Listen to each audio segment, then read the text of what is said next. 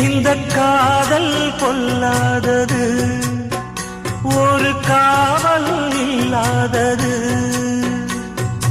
ஊதக்காத்தில் வஞ்சி மாது ஒத்தையிலே வாடும் போது போர்வை போல பொத்தி அணைப்பே.